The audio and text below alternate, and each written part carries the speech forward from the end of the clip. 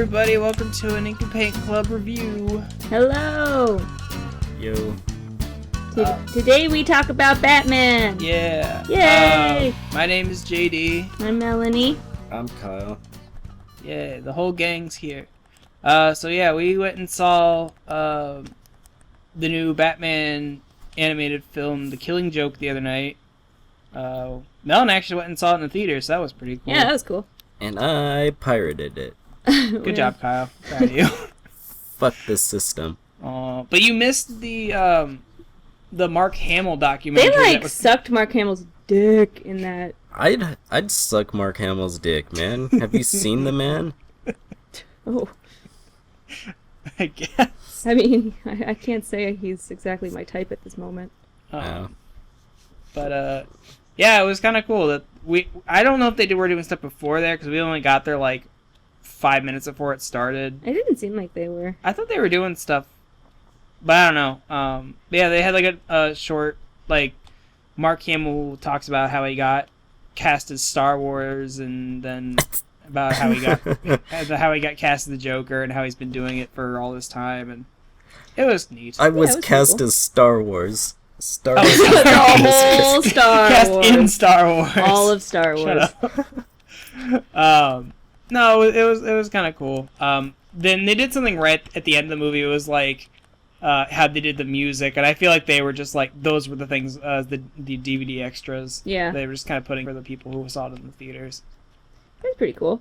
I didn't really care about the music. I was just like, whatever. Yeah. I would have much rather seen like interviews with Bruce Timm and stuff, and like talked about, and maybe Alan Moore. That would have been cool. Crazy man Alan Moore. No, with as much as they snubbed him, I would doubt they would Alan even talk Moore to him. hates DC. So let's talk about what The Killing Joke is about. Okay, so The Killing Joke is a was a graphic novel one shot from 1988. 88, thank you.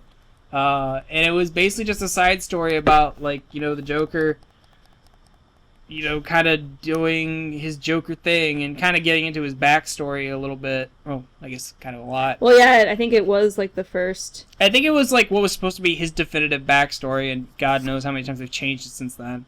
Yeah. So yeah, it's weird, and we'll get into it a little bit later. But it's kind of weird how, like, it is canon and it isn't, and there's a lot of conspiracies, right, and controversial subjects with this story. But we're not talking about the comic, we're talking about the movie that just came out. And just to get things started off, there's a good 25-30 minutes to the beginning of this movie that was just completely made up. Yeah. And it really did not fit well, I thought, with the rest of the movie. Basically, it's this whole... What I was reading is that they wanted you to get more familiar with Batgirl. Yeah, that's and, what it seemed like. Kind of make her more of a character, because in the Killing... Spoiler alert! In The Killing Joke, her basic role is to get shot and paralyzed so she can become Oracle. So they probably wanted you to, like, know who that was. And... Right. But... And Kyle, I know you have some strong words for this. I do.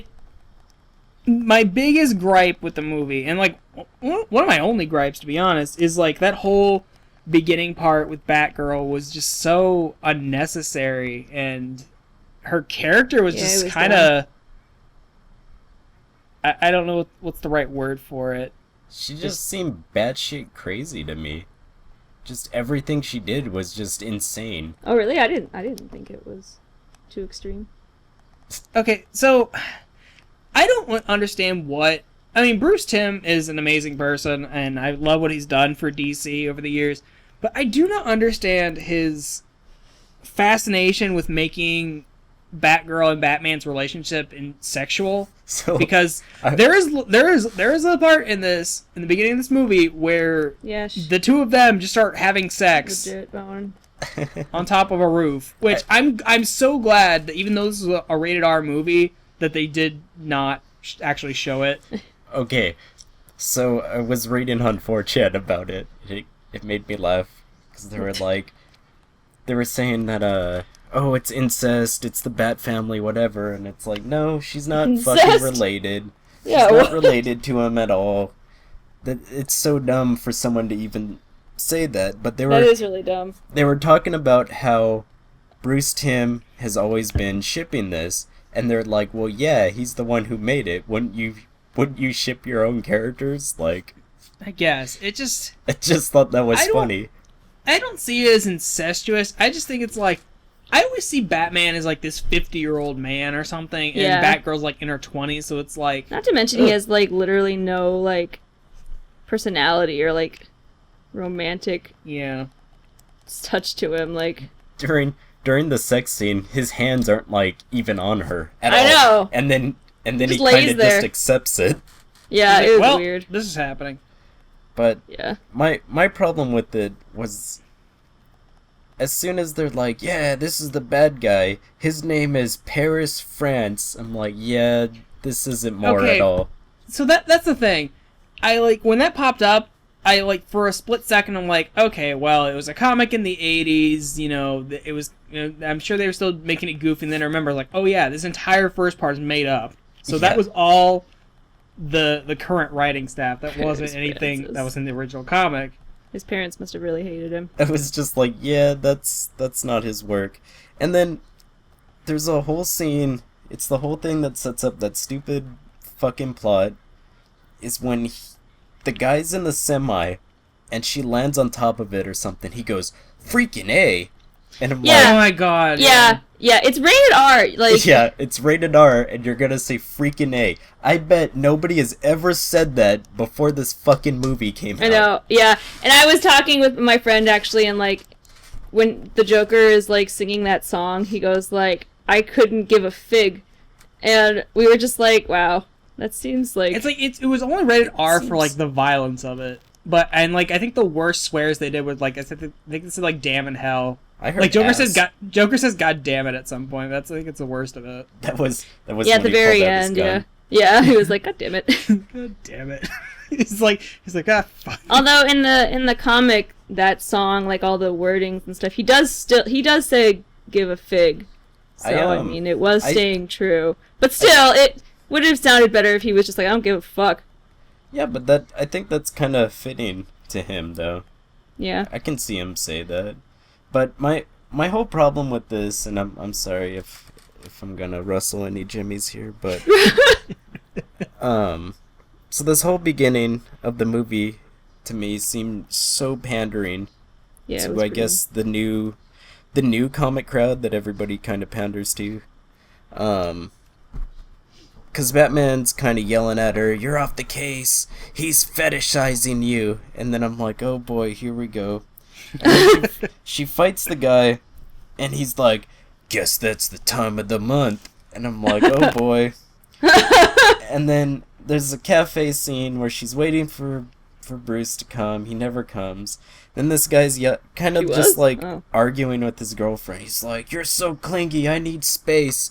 And then she fucking assaults just some random bystander, picks him up and throws him in a bush. And I'm like, are you fucking kidding me? Like, that was justified just because he was like a man? My problem is, with all these female superheroes, they try to paint out the male bad guys as like these horrible monsters, these fucking misogynists, they're the worst people, they deserve everything that happens to them, and it's just fucking stupid to me. I don't like that. Is your masculinity fragile, Kyle? No, I'm just saying, you don't need to make every man like the worst fucking person ever. Not all men, Kyle. Not all men. Hashtag not all men. Hashtag all not Yeah. all men. Yeah, I guess. But no, I can agree with that to some extent. I did think it was kind of like that whole part at the beginning was just like I felt like it was trying to make me feel like worse for Batgirl when that Yeah, whole I literally think that's all it was. It was like they wanted you to get to know her character, so when that shit happened, it wasn't just like a random like thing. because like I guess from the comic sense it's like okay you know who Batgirl is up to Yeah. that point so you have all that comic history to build on but But if someone's just coming in and like watching it, like how our friend we took to see the movie with us, if she was just coming in watching it, she probably wouldn't have But felt any attachments. But on the other hand, that doesn't excuse how Well- like sloppy the first like. Oh, I'm half not hour is. excusing it at all. It was a mess. Like the whole time I was watching it, I was waiting for it to like somehow connect to the rest of the story. Like I was waiting. It doesn't at all. It just was a completely different. Like you could literally box them as two separate DVDs. And yeah, because kind of getting into like the second half of the movie, like it literally feels like you can tell the exact moment where it flips over from the original story to the comic story. Yeah, it's really like just not. I don't know. Like you could literally just chop off that entire first part of it and you wouldn't notice any difference. They could have had something going on with Joker during that whole first half. Like yeah, he's not even like mentioned. He's not even mentioned until halfway. The comic story starts. It was so random. Like it could have been like that guy was working for the Joker or something. Right. Like, and that's why shit was going down. And then Batman went to go talk to the Joker because he was like, I don't know. And like nothing even happened that Batman had to question his mortality before that point. The whole reason he goes to talk to the Joker is because he's paranoid about their future relationship with each other and how they're going to ultimately end up killing each other. And nothing up it just was just random as shit. Yeah. Why would he go there? Nothing up until that point like made you think Batman was concerned about his mortality. Like right. But I guess that what they were trying to get at was with Batgirl, and she did that whole thing. Was like, well, I've seen the Edge or whatever. Yeah, that was dumb. Yeah, that was I think that was trying to like. Yeah. Like that was trying to force him along into that conversation with him. Thinking about it now, he was stabbed with a piece of wood, and then he had to get away from a bazooka and shit. That would make me think of my. But they didn't like focus in on him and have him be like, "Holy fuck, that was close" or anything like. Well, I think what I was saying is that I think, because they had like Batman and Batgirl had that whole conversation earlier about like you haven't been taken to the edge yet. Yeah, you haven't seen the edge of the abyss yet, or whatever. And then and he's like kind of referencing like his relationship with the Joker because he's seen that craziness, and then Batgirl says that she's experienced that now, and I guess that's kind of makes Batman think about how his life's going. I guess. I mean, I don't know. It just was really, you had to be really trying. Mm-hmm. And then it was random because they found all these dead guys like in a room, and they never went back to that, and that wasn't in the comic. Like it was just so random. Like I don't know. Like you can tell that's where they were trying to like connect the two, but they never came back to like those dead guys. Yeah. But I don't know. Do you guys have anything more about this beginning part? Yeah. Yeah. Okay. Well, because I didn't want to make it sound like we were completely harping on this movie, because I think once it actually gets into the Killing Joke comic part of it, it really. So if people out there are a fan of the Killing Joke comic itself, it is like panel by panel, word for word, the exact same, like, and it's crazy. Sometimes it's a good thing, sometimes it's not such a good thing. I don't know. I feel like sometimes comic dialogue can sound a little stilted when it's like in a movie or whatever. So sometimes so that's why I get when people like adapt books or and such into like movies and TV shows, like it's not word for word an exact translation, because sometimes it's not going to translate when you're actually speaking it rather than when you're reading it. So I mean, I can't think of any particular time in the movie when that was, because I'm trying to remember like specific dialogue, but I just know at some points where it just like all the dialogue, like when during his flashbacks and he was talking to the mob people, that's all word for word, like when they're talking when he's talking to the fake Joker at the card table. Okay, that's one of those things. It doesn't seem like it's natural dialogue. It seems like a speech. Yeah. And I think that's kind of what I was getting at, is that it sounded like Batman was. It sounded like he had that entire spiel rehearsed to his high school girlfriend. Right. Well, sometimes I've been thinking about us lately. Sometimes it can work because I I was rewatching the first episode of The Tick, and it's like almost one word for word, like with the comic, and it's the same with the Sam and Max cartoon. There's a whole episode where it's just based on that comic, and it's so fucking great. Like, I don't know, little stuff like that can make me nerd out just a little bit. Like, oh shit. I know. I'm sure a lot of people are going to give me shit for this.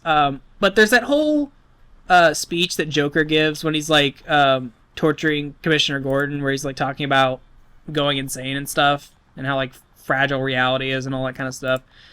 And like, I know that's like a really famous, kind of speech from the comic, and I know a lot of people really like that, and it's good. Like the dialogue is good. But again, it kind of comes off as like it's a prepared speech. It doesn't sound like someone is just, talking off, the top of their head like you would be normally. Well, I will give credit because I do think Mark Hamill does a really good job with that speech. It's just, again, it comes off as a speech rather than dialogue. And going back to like, the story being exactly the same. I think that was the point. Like, I think the Killing Joke comic book is, like, a huge anchor in the series. And I think they wanted it to be word for word. Like, I don't think they wanted to do a different interpretation. I think... Yeah, I agree. I think the Killing Joke is such, like, an iconic story in DC that they wanted to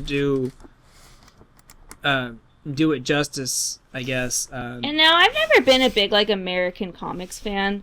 Like, I'd rather watch a cartoon of it than read the comics. And so people are, like, talking about how The Killing Joke is, like, the best graphic comic or whatever of, like, the century, and it's, like, so great.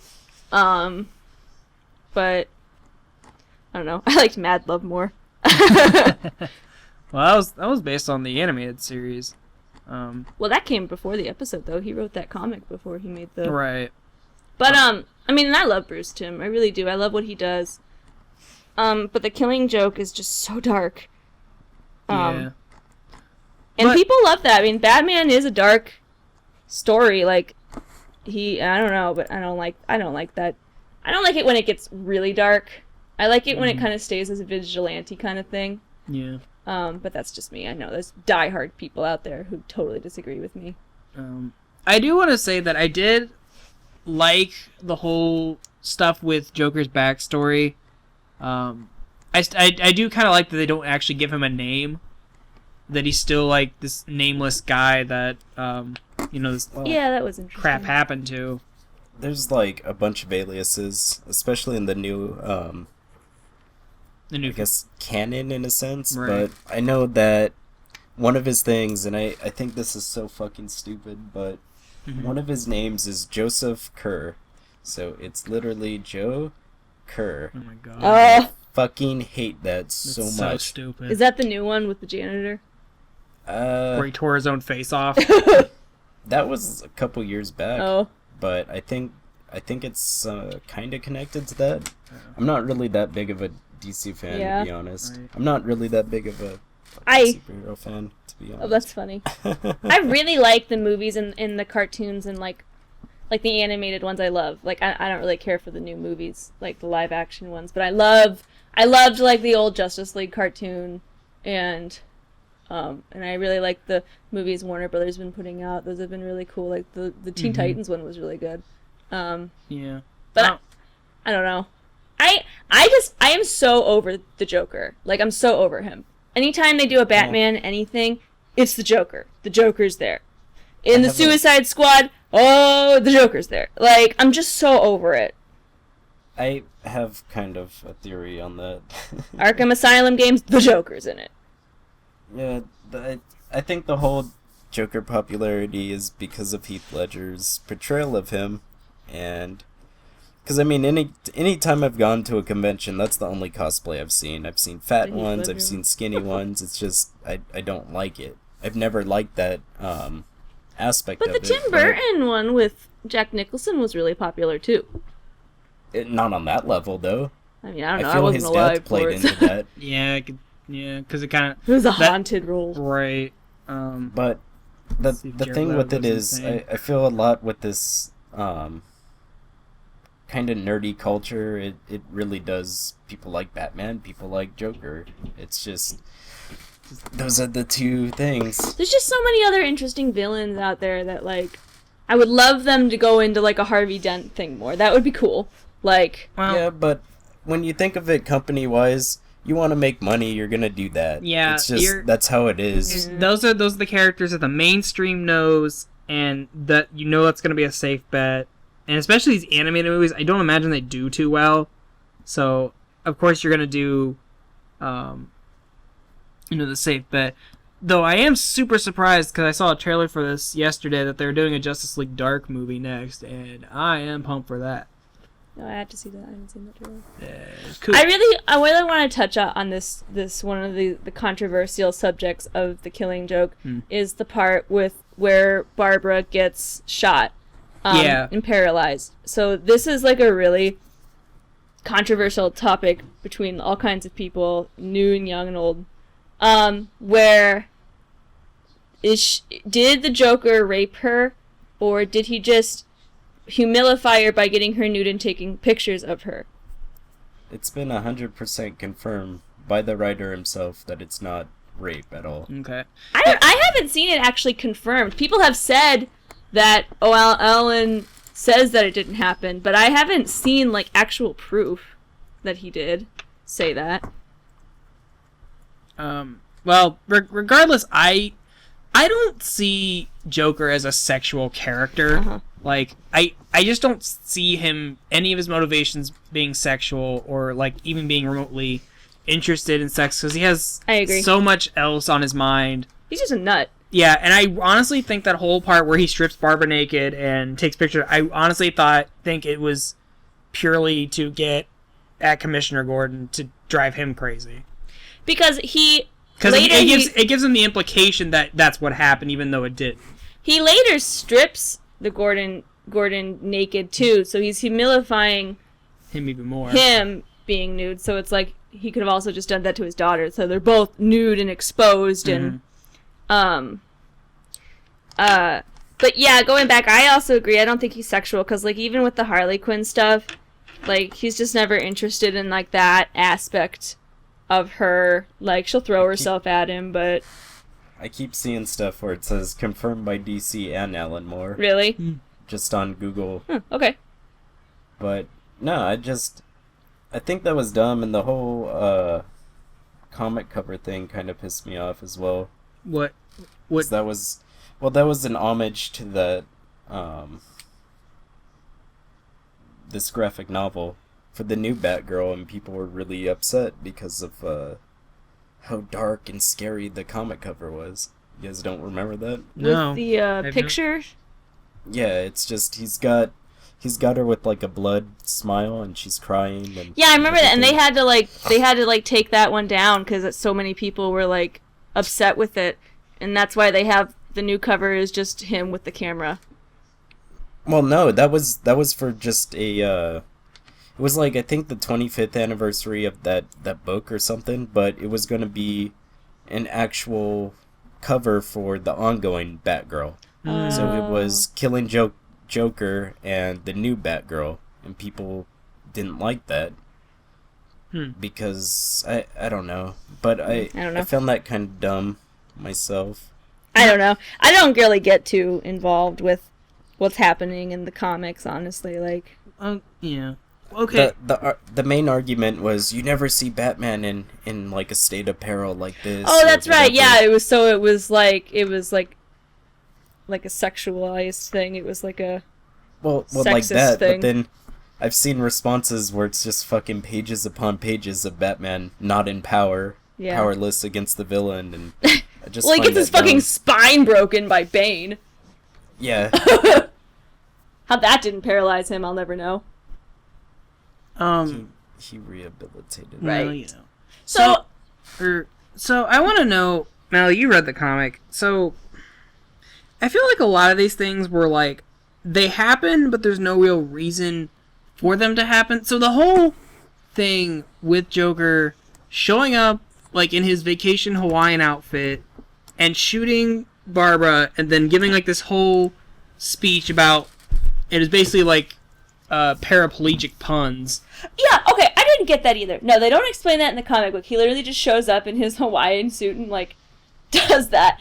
And I was reading them because I just did not get the puns at all. So like he's making like librarian jokes where he's like, looks like the spine on this one is broken. Well, because I think he knows She works in a library. Yeah. Well, no, but it was just stupid. Like, but he knows where she lived, and he would have to know where she worked and stuff. I just too. think that It was like just him dumb, going forced. in, like I feel like him going in and intentionally like knowing that like okay, I'm going to shoot her in the specific spot so she's paralyzed for the rest of her life. Like I feel like that's just it seems kind of random. and It's how like- did it's he like if you- know she was gonna be paralyzed? Yeah, and it's like I feel like they did that because it's like oh we want to shoot Batgirl but we don't want to kill her off. So They could have just shot her. She could have not been paralyzed. But that led in. So, like, one thing that the movie did that the comic didn't was they led into the Oracle. okay, yeah, we'll kind of get into the ending, but like there's a whole like mid-credit scene where it ends right where the comic ends, goes into the credits, and then like midway through, it has this whole bit where Barbara's coming back from the hospital and she's like in her wheelchair and everything, and it shows her being Oracle, and I felt like that was so it totally undercuts the ending. Well, I'm wondering if that's going to lead into a movie. I really hope not. I really hope they stop with stop on this storyline. I don't know. See, and I don't know anything about Oracle. I didn't even know she was Oracle. Like, we were playing Arkham Asylum, and like Oracle's in that, and I was like, "Who the hell is Oracle?" And you were like, "It's Batgirl," and I was like, "What?" Yeah. And this was a couple years ago, and you were the one who told me about how she gets shot and paralyzed, and I was like, "Oh, okay." Yeah. If you hadn't have told me that stuff, I wouldn't have any idea. And the thing is, with that whole after the mid-credit scene, I think I would have been fine with it if they had waited till the end of the credits, because I feel like because they play it so soon after that final shot in the movie, like the whole tone of it is like thrown off because of it. So, do we want to talk about the end of the movie? The really famous, controversial... Okay, yeah. So, for the ending, like, Batman, like, tries to make one last attempt to, like, oh, look, we can help you. You know, I want to try to make you better. And Joker's like, well... Which is so weird and out of character, like, honestly, like, not so much for Batman, but Joker got, like, really serious. Yeah, he gets real serious for, like, what's the word I want? a sane? Like, sane, like he knows... together with himself. Right, Like, and then immediately flips back. which makes it weird because, like, does he have control over himself all the time? Does he just pretend like he's a nut? Or is he actually crazy? Or is he just an evil dude? Like, I don't know. He's like a stage performer in a sense. Everything's about the show. Mm-hmm. So everything's an act to him. Yeah. I mean, I don't think he's that crazy. Everything's just played for, laughs, whatever. He's just doing his thing. That's his, I don't know. Yeah. So then he's, like, one-on-one with Batman. He doesn't have to, like... Right. But, yeah, so... So he tells this joke about two guys in an insane asylum who escape, and I'm sure it's supposed to be metaphorical. It is the killing joke. Yeah, it's the joke that kills. Right. I'm sure it's supposed to be metaphorical between Joker and Batman. Right. So it's like these two guys escape. And so pretty much just all leads up to is Joker finally gets Batman to laugh, and it goes to that scene where like they're both laughing together, and it just pans down, and then because they're laughing together, and as it pans down, like Batman's the only one that's left laughing, and it's like Alan Moore has even said like that was the moment like Batman like snaps his neck and ends it, which is so funny because I didn't get that at all from that. Like I've got that went right over my head. I've got the whole graphic novel right here. I'm looking at it. Yeah. So the whole thing with him shooting her, the whole reason why he's talking is because when you look at comics as a medium, it's very visual. in that sense. But when you're watching a movie like that, you need to have dialogue and stuff. It doesn't have the same impact as seeing still images. You know what I mean? Yeah. So he's a funny character. He's I don't know how to explain it, but he's a funny character, so he's going to be making jokes about this, making a situation like this a little bit lighter. I just didn't really get the jokes. I didn't think they were witty. I get like why he was like that he was making a big joke out of it. I just think it's weird that he went in with the intention to just paralyze her.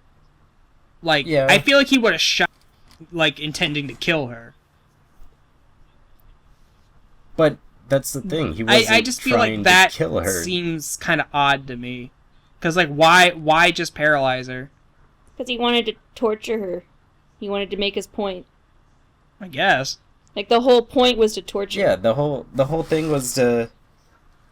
Not only that, but, I mean, wouldn't the most fucked up thing to do to a superhero is he didn't know she was... Yeah, I don't think... I think he knew that she was the Gordon's daughter. And he wanted to fuck with the commissioner. But... He does say, like, those jokes that he says are actually in here. It just doesn't happen as he did it. But he does say the spine appears to be damaged. Joke. It's just the way he aimed at her... I guess he would know that he would have got her. Seems Who weird. knows? But going back to the ending of the movie, the way I took that whole thing, like, I even though DC has gone back on it in like in official DC canon, he didn't kill Joker because they made the Killing Joke, because Killing Joke was originally supposed to be just a one-off, but DC is like, oh, we're gonna make this part of the official canon. So, but I like that Batman finally decides that, like, you know, enough's enough. Enough people have gotten hurt over this.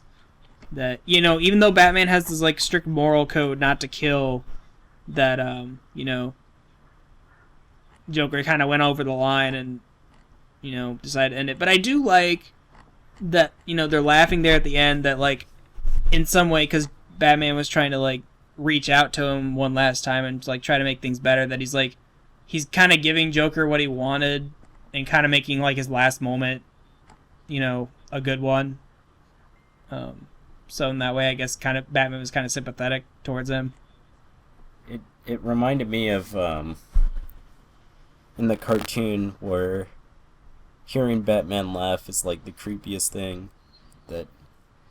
Dude, yeah, it is eerie. Like... Yeah, because when we got back, we watched Mad Love, the episode, and yeah, like, even Harley says that Batman laughing is creepy. She's like, oh, dude, that's freaky. Like, so yeah, it's supposed to be eerie, like, and Batman himself, I think, has just sort of lost it at that point. Like, he doesn't know how... Well, I don't think he's, like, Batman's lost it. I think... Well, no, I meant, like, he doesn't know what to do anymore for the Joker. Like, he's just... Well, I think that's what he does, because he even says, like, you know... Like, that was, like, the last time he was reaching out there at the end, where he's like, hey, I want to help you. He says it's too late. And Joker for tells... that. Yeah, he says it's too late, and he's like, all right, well, that's the answer I want. That's the answer I'm getting. So he's like, well, there's only really one thing left to do, and, you know, so he kills him. Looking at the graphic novel now and looking at the movie, it is pretty fucking, like... I don't know. Yeah, it's... Spot on. I do like that. It's just that whole beginning I really did not fucking like. And I guess so my issue with it is this movie's marketed to fans. It's marketed to die-hard fans. It totally is. Yeah, it is. The Batman fans people would have to go in already knowing about Batgirl and all this stuff. And not only that, but it's an R-rated movie. It's not for kids or anything. So to have the whole beginning where... I guess it's trying to make that scene more powerful in a sense. Well, to be quite honest, and I even think I heard this in an interview, like, that whole Batgirl scene was added so they could make it a feature-length movie. Because if they would have just made it the Killing Joke, it would have been like 45 minutes. They should have just done something. They just should have just done like more the with Simpsons the Joker, do and have like a whole it's about... theme song, just super long. Yeah. They just could have. I feel like they just should have taken take a short one-off Joker story and throw it in there, and do that, and lead it in, okay, now he's in jail, Batman sleeps on it, goes back the next day, talks to him, and Joker's out of jail. Like, it could have been, like, something like that. But, Yeah. hey, this is why I'm not making movies, you know, these people. These guys know what they're doing, obviously, so I'm no professor. Wow. It's pretty cool. He's got a picture of, like, everybody. And there's Batmite and Ace. There was one part. I mean, I don't want to make it sound like we're like shitting on this movie because, like, even though this isn't like my top favorite of the like the DC animated movies that they've made, you know, it's still pretty up there. I'd say. Oh, I enjoyed it. I mean, and the animation's gorgeous. Oh yeah. I liked it.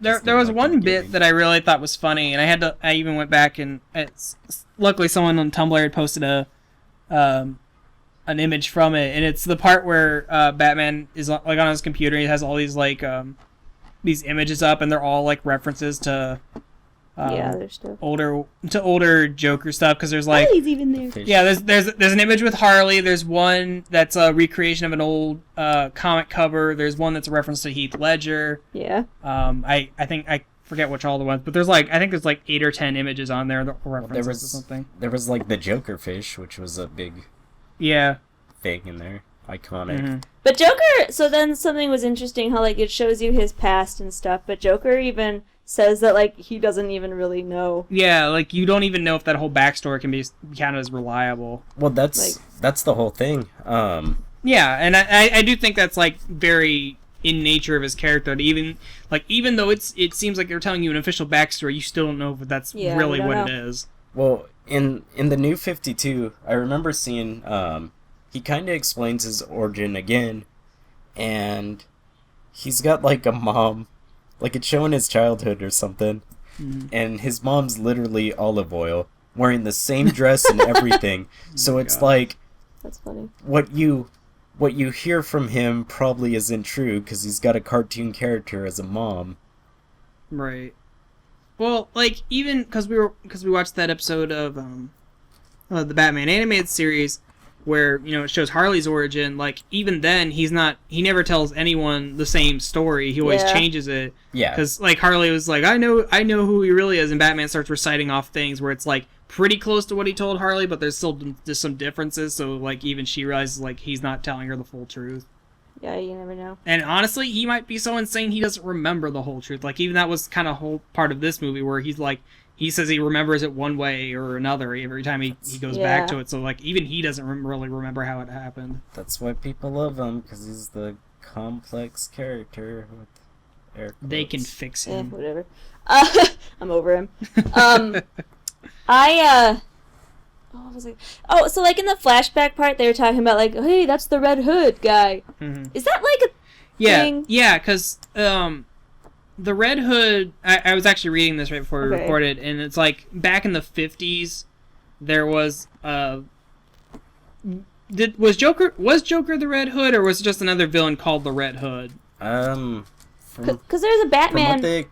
From what they explained, it was just like their most top men would get to wear that suit, and then they were basically the scapegoat if they got caught. Well, I meant like... No, I meant like outside of that. Like, yeah, because the Red Hood, there's a whole Batman story about Under the Red Hood. Well, so Under the Red Hood was kind of that was kind of partly the death in the family story where Jason Todd dies, and then Jason Todd is taking on the persona of the Red Hood, who was already existing? He was an existing character. Okay. He like I don't know these things. I think I was reading like Red Hood came in like in the 50s, in like that tuxedo and helmet. I just don't remember if he was like revealed to be Joker at the end, or if he was like a different character. 1951. Yeah, I'm like Melanie. I'm not like super up on my comic lore. I know bits and pieces here and there, but yeah. I mean, I'm Google searching this shit. There you go, Kyle. Because even in like it says even in like the Arkham games, it shows like the Red Hood story and all that. So I don't know. I think that's kind of been accepted in Joker's thing, where like the Red Hood is kind of his alternate identity. Well, in this, it says in 1951, the original continuity, the man later known as Joker was this mastermind criminal known as the Red Hood, and he was going to steal $1 million and retire. from the chemical plant. That's what it says. I love that $1 million was a lot of money in the 50s. Hell yeah, it was. Basically. So... Hey, I'd like $1 million. So this happened in Batman times where fucking Robin didn't have any pants. Like, this is, like, how old that is. But the whole thing is, Under the Red Hood is the whole death of the family thing where he kind of took over that persona. Yeah, Jason Todd became the Red Hood. Yeah. And he still is, I think. I think he's either dead. I think he's either dead or he's a Nightwing. Jason Todd, because the New 52, they had a series. It was him, I hate the New 52. fucking Speedy, who I think was Red Arrow, and they had Starfire, and it was like Red Hood and the Outlaws or something. But yeah, he's basically a guy in a motorcycle outfit with guns, and that's what he is now. So good job, Jason Todd. I did like, I don't know, the original costume, it really reminds me of Mysterio. It's just a fucking dome, and then... It is, yeah, the dome head, like... Maybe that's where they got the inspiration from. I love that, and then the new one, it's just kind of like a mask, it's not even... It's like an Iron Man mask minus the mouth. More or less. But I think all in all, like, in Killing Joke's, in terms for the Killing Joke, I think if you take that entire first bit off of the movie with Batgirl and you just start at the point where Batman goes to talk to Joker in the asylum, I think it makes for a cleaner movie. I liked it, and you're right. If you just started up there, perfect. And that's not to say I dislike the Batgirl stuff entirely. I think it was... I get what they were going for. They were trying to develop Batgirl more as a character. And I guess for that much I can appreciate that they at least attempted to do that. I think the execution was a little sloppy. Mel, what is your final verdict on this? I mean, as a standalone Batman thing, I like it, just like how I like every other standalone Batman things. I don't see it as, like, the end-all, be-all in the Batman series. There'll always be another Batman. There's always going to be another Batman. There's always going to be another Joker. There's always going to be something. I just see them as, like, they're just, separate pieces in a whole thing. So I'm not going to be like, this ruins the franchise. Oh, my God. There's going to be a brand new Joker next week. Like, yeah, like, literally next week. Literally, how many Jokers have we seen? And, like, I don't think this movie connected with the Under the Red Hood movie or the ones with Damian. I don't think these are connected, so why should we give a shit about... Like, it's not... I mean, it was good. The animation was beautiful. I love that they got Kevin Conroy back. He is the Batman. He is Batman. And so that was awesome. And Bruce Timm is my bae. So and Mark Hamill. And Mark Hamill is Joker. Does amazingly, like he always does. Yes, we all want to suck his Joker dick. And I do think it's weird that they have a new Justice League movie, or not Justice League movie, Justice League cartoon coming out, and they have Kevin Conroy and Mark Hamill back as Batman and Joker, which I think is weird because it's like a more kind of kid-oriented Justice League, but I think it's weird that, like, Mark Hamill said that, like, oh, if I'm going to come back and do anything Joker-related after Arkham Asylum, it would be Killing Joke, and it's like, okay, I guess they threw more money at you. Well, yeah, literally. Maybe that's the only reason they made this movie is because they wanted Mark Hamill. No, I think you really... I've read an interview where he absolutely fucking loves the character, and... Yeah.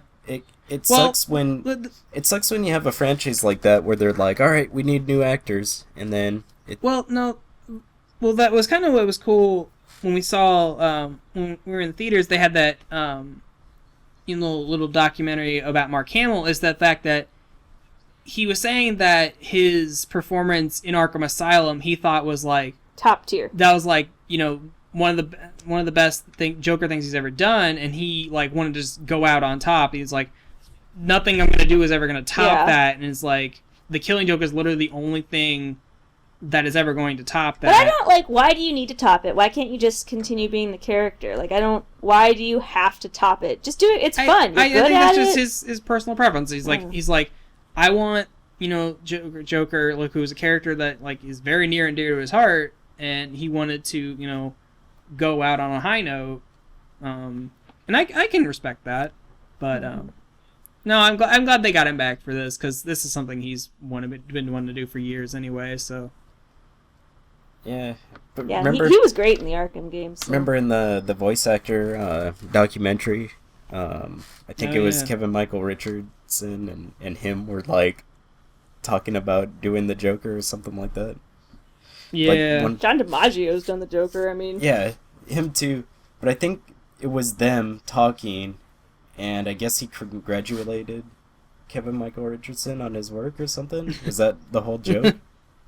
I honestly don't remember. It was something like that. It's been a while since I've seen the documentary. But I don't know. Well, whatever. yeah. So Killing Joke, good, not great. If you it goes to great territory if you take off the beginning. I'd much rather watch Mask of the Phantasm. There you go. I Proud of keep you. getting it wrong. Mel keeps saying Phantasma. I'll give it 7 thumbs up. 7? Yeah. I don't like to put scores Out on of things. 10? I just said that I enjoyed it for the most part. We didn't talk about What? the ending, whether or not Batman does kill him. It's been Well, Alan heavily- Moore said he did. I maintained that he did. Yeah, it's been heavily implied that he did, because that was... Alan Moore said straight up that he Yeah. did. Wikipedia says Oh, that wait, he yeah, I does. guess we did kind of talk Even- about that. Sorry, I zoned out. Even though that you say it's not the end-all story, that's basically what Alan Moore tried to do. It was supposed to be like Yep. the end. And like I said, as a one-off, it's good. Yeah. Like, I don't give a shit, but there's gonna be more. Like, So, yay. The last thing that I want to say is I didn't like that they fucking Say snubbed him at the end of the movie, because they're just like, oh, based on the Yeah. graphic novel drawn by this guy, and it's like, it's his fucking story. But I guess I honestly believe that yeah, Alan... it's his baby. Dude, I honestly believe that Alan Moore probably said take his name off of it. I could see that, yeah. Because Alan Moore... I feel like Alan Moore's been dicked around by DC so much, he's just like, anything you do with my properties that you own, just take my name off of it. Wow, that's sad. If you read, Crazy hobo Alan you- Moore. If anyone out there doesn't know, Alan Moore also wrote and did Watchmen. And a lot and the of League of Yeah, he did other stuff, Extraordinary Gentlemen. But Watchmen was like his last amazing thing. I think Killing Joke came out after Watchmen. I don't know. Alan Moore's done a lot. I need to read his Swamp Thing. It's really good. Yeah, Alan Moore Swamp Thing. Anyways, Yay! Yeah. So, unless you guys have anything else... No? Okay, cool. I wish we would have seen Commissioner Gordon's penis. Gross. So I guess thanks everybody for listening to our review. I hope you enjoyed it. Thanks for listening, and we'll catch you in the next review. Good night. Night, everybody.